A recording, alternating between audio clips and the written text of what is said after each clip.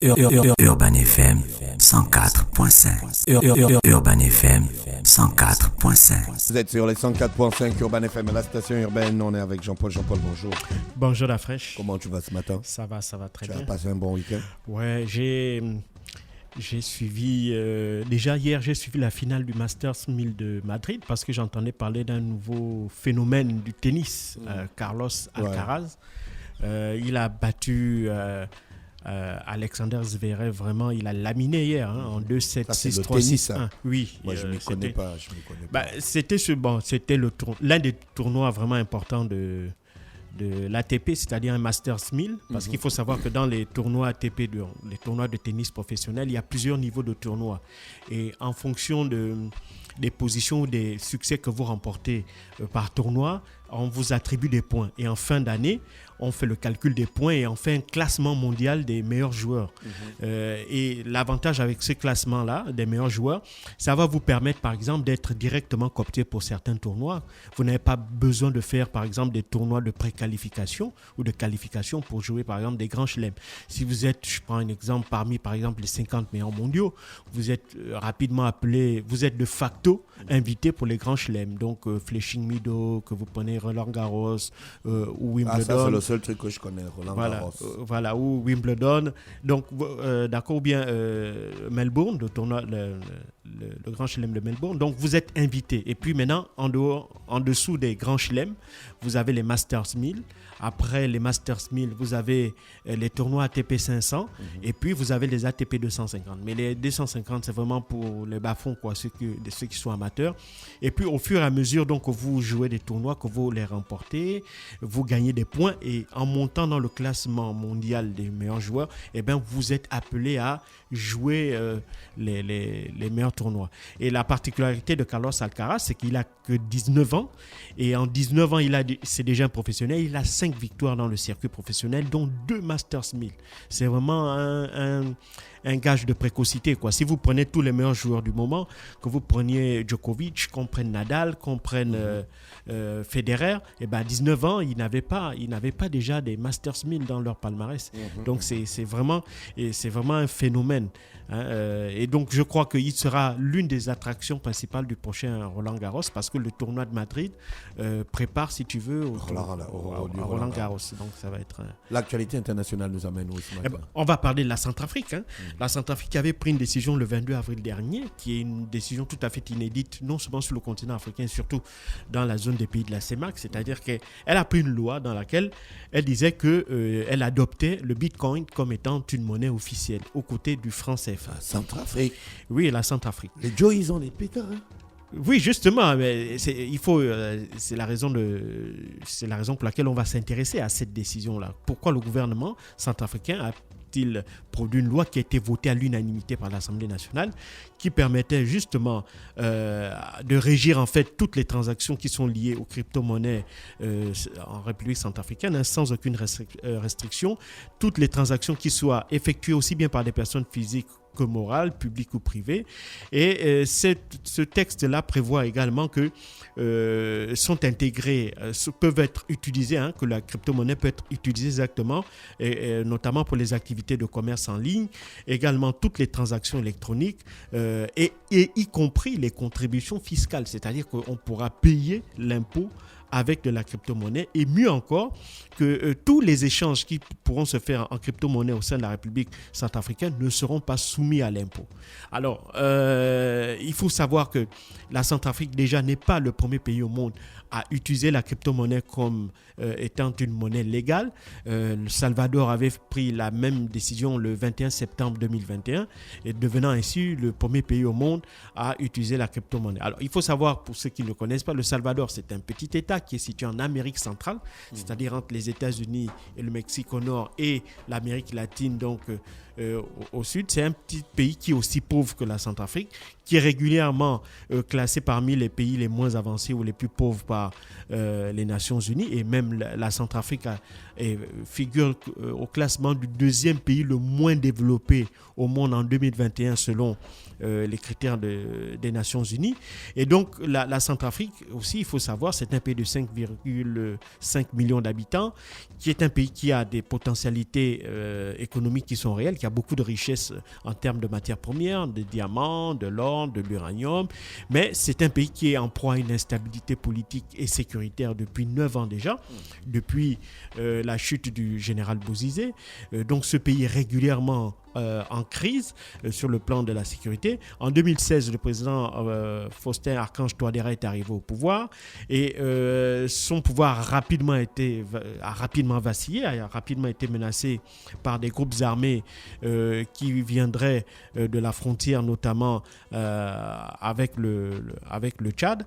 Et donc ces groupes armés, donc c'est pour éviter justement encore que son régime ne sombre qu'il avait appelé Vladimir Poutine, la Russie de Vladimir Poutine, à venir l'aider, et c'est la raison pour laquelle depuis lors on a un personnel russe en Centrafrique. Alors certains journalistes occidentaux accusent que en fait ces agents russes là sont les agents de Wagner, qui est l'agence de mercenaires, qui est une agence de mercenaires russe, et que ce sont les mercenaires de Wagner qui assurent aussi bien la sécurité du président centrafricain que des institutions actuellement et qui luttent aux côtés des forces armées centrafricaines contre les groupes rebelles qui veulent renverser à tout prix ce régime. Et donc, pourquoi est-ce que la Centrafrique, justement, a recours à cette monnaie virtuelle? Il faut bien comprendre que la Centrafrique, déjà, c'est un pays pauvre, comme je l'ai dit, le deuxième pays le moins développé. Elle a énormément besoin d'argent parce que ces infrastructures, pour se développer, ces infrastructures sont quasiment, c'est un pays qui est quasiment en faillite du fait d'un manque criard d'infrastructures, d'un manque criard de ressources financières, en dépit des richesses minières que l'on connaît dans ce pays-là. Mais évidemment, l'instabilité en termes de sécurité, la corruption et tout cela font que l'État a du mal à capter, a du mal à capitaliser sur l'exploitation, l'extraction, la vente de ces matières premières-là pour pouvoir obtenir des devises et pouvoir mettre en place des programmes de développement. Et donc, la Centrafrique n'a d'autre moyen que d'essayer de se tourner vers d'autres partenaires. La Russie était un très bon partenaire jusqu'au 24 février dernier, mais la Russie, elle aussi, est frappée par des sanctions économiques en raison de l'invasion de l'Ukraine. Et donc, depuis là, si tu veux, en quelque sorte, la Centrafrique est un peu coincée. Or, les autorités doivent faire fonctionner l'État et donc pour cela, elles ont besoin de devises. Et donc, puisqu'elles ne peuvent pas, elles estiment que le franc CFA ne leur apporte pas suffisamment de marge de manœuvre. Pourquoi? Parce que c'est une monnaie sur laquelle elles n'ont pas d'influence. Les politiques centrafricaines ne peuvent pas demander, par exemple, au gouverneur de la BEAC de prendre des décisions qui pourraient aller en leur faveur, puisqu'ils n'ont qu'une influence sur cette monnaie, premièrement. Deuxièmement, en plus, le franc CFA, c'est une monnaie qui n'est même pas battue en Centrafrique, c'est-à-dire que c'est même pas la Centrafrique qui a la capacité d'imprimer ces billets-là. Ce sont des billets qui sont imprimés en France et donc qui sont gérés en réalité par la France. Donc, n'ayant pas la possibilité de lever des fonds en usant des mécanismes de sa propre monnaie, de la monnaie qu'elle utilise de manière légale, en l'occurrence le franc CFA, elle donc essaye de trouver d'autres sources pour essayer de justement lever ces fonds-là. Et les crypto-monnaies, justement, sont des moyens de lever des fonds. Il faut savoir que, par exemple, depuis l'invasion de l'Ukraine par la Russie, le gouvernement de Volodymyr Zelensky a déjà levé plus de 100 millions de dollars grâce de la crypto-monnaie. La crypto-monnaie, justement, qu'est-ce que c'est? C'est une monnaie virtuelle qui est justement qui est géré par un système qu'on appelle des blockchains, et ce système-là, à l'intérieur duquel on fait uniquement varier l'offre et la demande, le tout étant évidemment crypté, c'est-à-dire dans un langage, dans un système de sécurité fermé. Et donc justement, l'une des raisons pour lesquelles on a créé, ou si tu veux, les informaticiens ou les gens ont créé les crypto-monnaies, c'est que justement, ils n'ont plus confiance en les monnaies légales. Il faut savoir que jusqu'à l'avènement des crypto-monnaies, c'était les gouvernements, c'était les États qui avaient justement ce privilège-là de battre la monnaie. Or, lorsque l'on regarde l'histoire récente, si on regarde 30-40 dernières années, on se rend compte que dans le système monétaire actuel en vigueur, c'est un système monétaire qui est particulièrement avantageux pour les pays occidentaux, il faut dire la vérité, États-Unis en tête et Européens derrière, et puis les autres pays du monde qui essayent tant bien que mal de tirer leur épingle du jeu, mais ce n'est pas facile. Cette situation est d'autant plus aggravée que on a de moins en moins confiance dans ce système monétaire international-là, parce que ce qui s'est passé ou ce qui se passe avec la Russie est totalement inédit. On a par exemple vu les Occidentaux saisir près de 350 milliards de dollars de devises russes, de devises, ce que les Russes avaient en devises, soit en euros et en dollars, et ça déjà de toute l'histoire du système monétaire international, ça ne s'est jamais fait. On n'a jamais saisi des devises qui appartiennent à une banque centrale.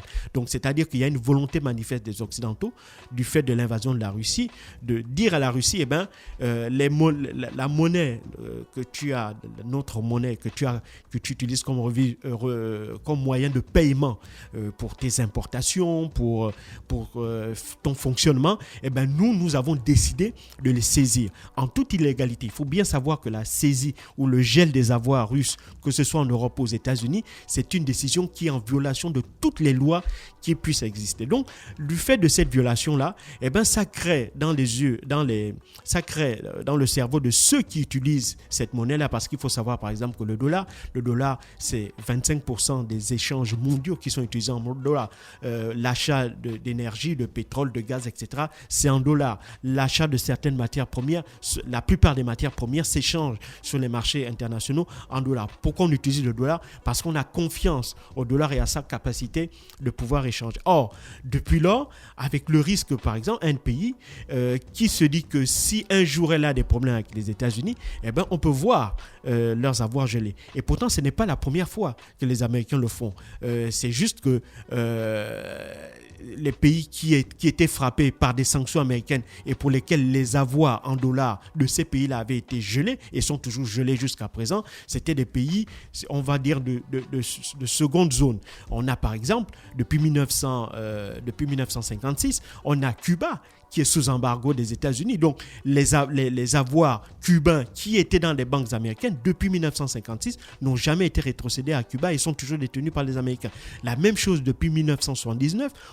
Certains experts estiment qu'à peu près en valeur 250 milliards de dollars iraniens sont gelés toujours par les banques occidentales, États-Unis en tête. Donc, maintenant, on est arrivé en Russie. En Russie, on atteint les 300 milliards. Donc, évidemment, les pays se rendent compte que c'est bien le système monétaire, mais dès lors que vous commencez à représenter une menace pour ces pays occidentaux, ces pays qui, eux, ont la maîtrise de ces monnaies-là, le dollar et l'euro en tête, qu'est-ce que ces pays peuvent faire? Ils peuvent tout simplement vous casser en vous empêchant d'avoir accès à votre propre argent que vous avez sous leur devise. Et donc ça, évidemment, ça fait germer dans la tête des gens et de plus en plus d'États commencent à réfléchir à comment contourner ou comment éviter une telle menace. Surtout qu'il n'est pas forcément dire que si vous êtes ami avec les États-Unis aujourd'hui ou l'Europe, demain vous le serez encore. C'est exactement ce qui se passe avec la Russie.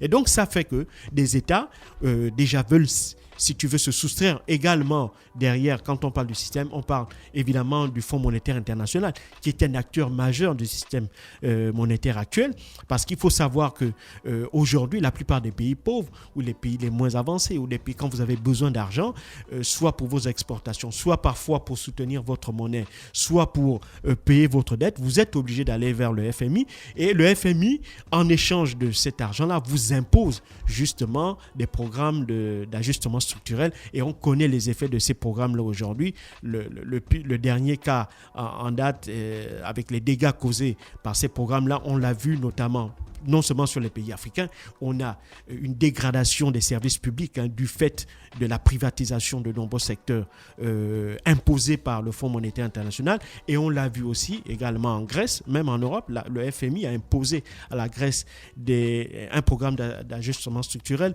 avec des mesures antisociales totalement dures, avec une libéralisation à outrance de l'économie grecque, ce qui a fait que l'État grec a dû dilapider, a dû brader certains fleurons de leur économie.